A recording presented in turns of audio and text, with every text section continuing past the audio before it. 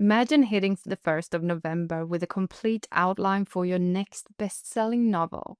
Stop wishing for it and start planning. This is why we have October, because we can use it to prepare for a massive project like trying to write the first draft of a novel in 30 days.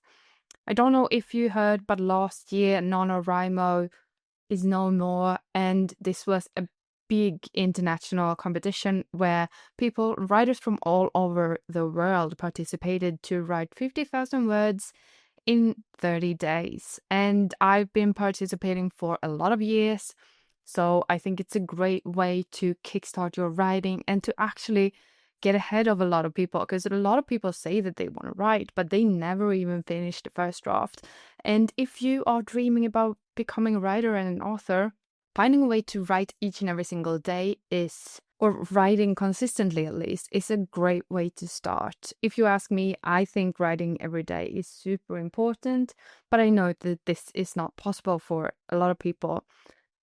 And that's why this challenge exists, because for 1 month each year, then you can hopefully set aside the time to actually try this. And this year, Pro Writing Aid actually started a new competition called Novel November. So I saw here on their website that they have actually started a competition that is similar to NaNoWriMo, where you take your where you take your story from the blank page to first draft in 1 month with the support of best-selling authors and tools that writers love. And I really, really like the fact that they picked up where NaNoWriMo left off, and that there is a place, a community, a challenge where you can do this together with other people. I saw that, let's see here, we're going to scroll down a little bit. Yeah, you will get a community, you can celebrate your success. And if I understand the website correctly, by the way, this is not sponsored. I only saw this and got really impressed. That is why I'm sharing it in this video, because one of the authors they're collaborating with, I am a subscriber of their newsletter, so I saw it in her newsletter. But from what I can see, it looks like it's an add-on that you can connect to your Google Docs. And it will see how many words you write each and every single day. It will cheer you on. It will get you to unlock different badges. And I think this is so great to have this sort of gamification in it, because that actually helps a lot when it comes to writing, at least for me. And here are some of the mentors. Maybe you recognize Madeline Miller, Jessica Brody, Abby Emmons, Jed Herney. Yeah, a lot of cool people. So I think it's great that they've actually started this, and that this is a place that you can go if you want to track how many words you write and so forth. And if you don't want to use Pro Writing Aid site and don't want to do Novel November, that's fine also. You can just track the progress yourself. But I do think that this is a great new thing. And back to the subject, the topic of today, how to plan your next best-selling novel. If you follow my channel, you know that I am a big fan of planning and plotting. I think it's so important, especially if you want to write commercial fiction, because otherwise you will have to do so much editing to get all the beats and the pacing in the right place, unless you're a bloody natural talent, which, for me, I need to plan, and that's why I'm sharing my experience here. I don't judge people who does it the other way. But obviously you're here because you're wanting to prepare for November. So what I would do is, now in October, I would sit down and start outlining my novel. I usually use the 7 plot point system, and this is a system that was popularized by Dan Wells, and where basically, so you have a protagonist who will start in the beginning, they will start on the opposite side of where they're going to end up. So if you know that the couple will end up together, in the beginning, the main character will be alone and sad and like literally in the opposite way of where they started. And then, I'm not going to talk about the entire plot point system here, but that is usually how I start. I start with the big picture, with the start and finish of the novel. and just trying to see the main plot points. What are the turning points going to be, and how is it going to affect the story? And are they strong enough so that it can sustain like the suspense throughout the story? And after I've done that, I usually start thinking about the, the setting, the main characters, how many characters are there going to be? Is it like when I start planning, of course, I mean, I usually already know what kind of genre it is. I have some sort of concept in mind. I have all of those things already. And if you don't know how to like think about concept and how to have a strategy about your book, I recommend that you watch the video where I talked about Story Genius. No, where I talked about story engineering, which is a great book that I use. Like all the knowledge in that book I use when I plan my novel. And I have a big spreadsheet on my computer, digital one, where I just put in all my ideas. I have post-it notes for the plot points and the different chapters and stuff like that. And I also have these for the main characters. I've written stories where I have like 3 POVs, and it's going to basically be 3 short stories intertwined, like that becomes a big story. This is the Library of Eternity, by the way, that is coming out next year in English. But so a lot depends on what kind of story it is. But I do need this overview because that's how I can make sure that everything is going to run smoothly once I start writing. So you have done your outline. Maybe you've even started crafting your characters. Like a good piece of advice here is to also maybe you start a Pinterest board with inspiring photos, inspiring pictures that like, what is the world going to look like? What are the characters going to look like? If it's a magical world, what kind of magic is there? Because this is something that you're going to need in November. You're going to want things like this that you can fall back on when you don't feel as inspired and motivated.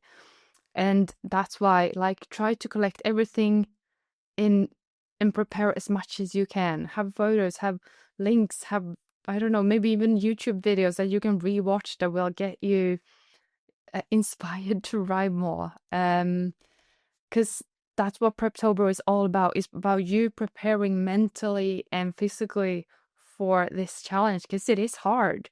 I mean, I've done it. Every time I've done it, I've worked full time and had a lot of other things going on. So I'm not saying it's going to be easy, but it is doable. And I know that you can do it, but you need to prepare in all kinds of ways. And another thing that you should do is to already now try and look in your calendar and see if there are slots of time where you can actually block your calendar. So let's say that, Sunday afternoons, that's when the kids are at football practice for 2 hours. Maybe that's a slot of time where you can sit down and actually get some writing done. You don't have to be anywhere, and that is like your time that you can get more work done than the rest of the week, because during the week, it depends. It depends if you get up on time, and it depends on if work or whatever. I don't know what your life situation is, but blocking time and making sure that, because what I usually do during NaNoWriMo is that I have a slot for writing in my calendar, and if something comes up, then instead of just canceling that writing slot, I try to move it to a later time during the day or later time during the week. I've been writing for so long now that I know how much time it takes for me to write a first draft, and to write, like, I know how many words I write per minute and stuff, no, per hour and stuff like that on average. So I know that to write 50,000 words, I would roughly need 50 hours of writing time that month, which is, not that hard. It's like a little bit more than 1 hour each and every single day. So, but most people don't know this already, because maybe you haven't been writing as much for as long time as I have, and maybe you don't have a spreadsheet where you like count how much you write each and every single day. If you're interested in my book planning spreadsheet and how I track everything, sign up for my Substack and you will get the link to the spreadsheet yourself, so you can start tracking and start planning with deadlines and stuff like that. I think it's super great for it will just keep up the momentum, because also, now I know I can write this much, I can write this fast, and I have it, black on white because it's there. It's a great reminder also when you write each and every single day. Sometimes it feels like you're going nowhere, but then you look back and see that, oh my God, I wrote 5,000 words this week, or maybe even more. Maybe you even wrote 10,000 words in a week, and that's great.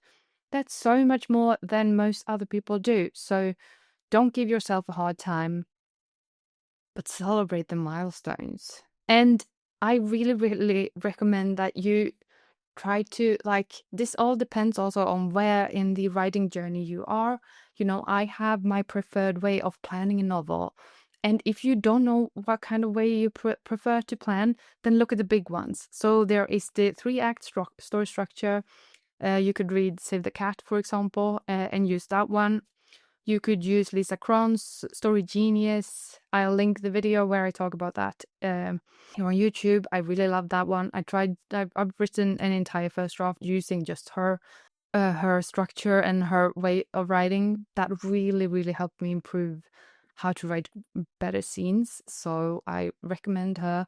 Or you could use the 7 plot point system, which I use. Just search on it here on YouTube and you will find it. But try to find something. There's even something called the snowflake method, where you have one thing and from that, I don't know how to explain it. Let someone else who's used that method explain it instead of me. But you have to figure out a way to plan your NaNoWriMo and your novel. If you want to pants your way through Nov November, that's fine too.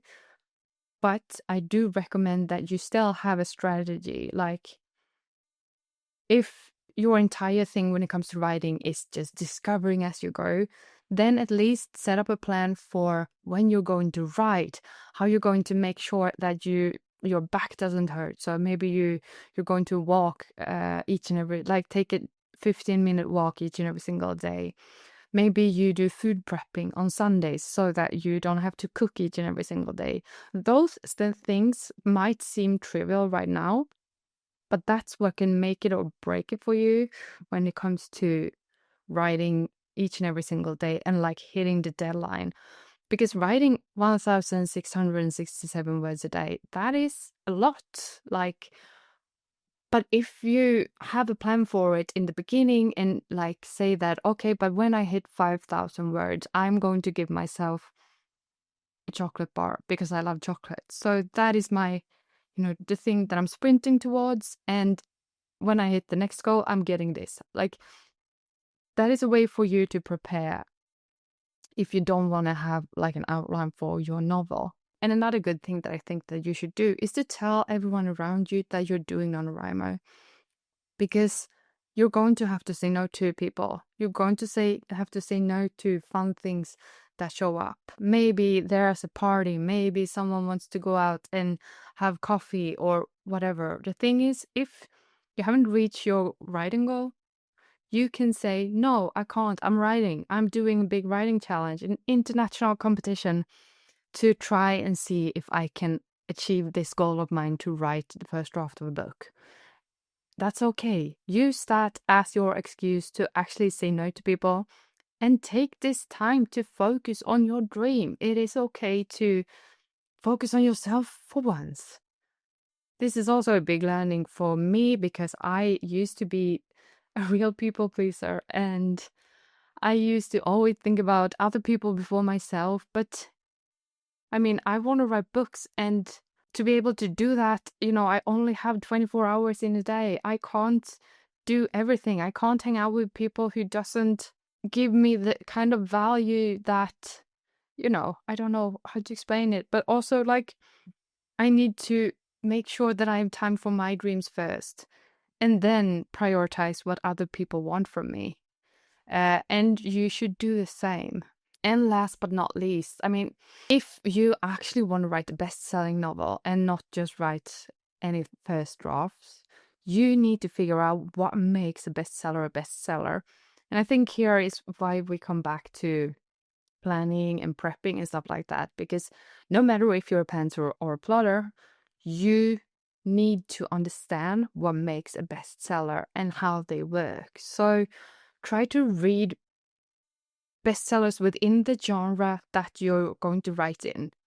So for me, right now I'm working on a dark academia fantasy series. So I read a lot of books within those genres just to see what things, keep on popping up, so that I know that this is something that the reader wants from this kind of book. Like, are there themes? Are there tropes that keeps on popping up and that I like it as a reader as well? And of course there are, and I'm going to use that and make them into my own within my novel. So read as much as you can in October and get inspired to, write bestseller, and see what kind of suspense that genre that you're going to write in, what is the thing that makes you keep on reading. Like, what is the hook that is constantly in the back of your mind? In one of the books that I'm reading currently, The Immortal Consequences by Ivy Marie. This one is like, there are some unanswered questions and some, like, she has plotted some seeds in this story that are so great. First of all, the premise is amazing, and it's like, it's similar in so many ways to other books within this genre, but so different because in like where it's set. But she has planted some seeds in the story that like are in the back of my mind, some unanswered questions that I'm thinking like, but maybe things aren't what they seem to be. I don't know if that's true or not, but that's one of the things that makes me want to read it each and every single night. The plot itself is great, but those unanswered questions that I keep having are, oh my God, I can't like not read this book anymore. It's so great. And this is a learning that I'm taking with me to my own writing. In my dark academia, I want to have some sort of seed that is planted about, everything not being what it seems to be. We'll see if I can pull that off. But it is a learning that I took with me from that book.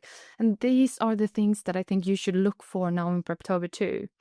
And also, buy a cute notebook, take notes, highlight things, make this into something fun, passion project for you to enjoy, and so that you can make November something great. I hope that this video inspires you to prep to write the best-selling novel that you can.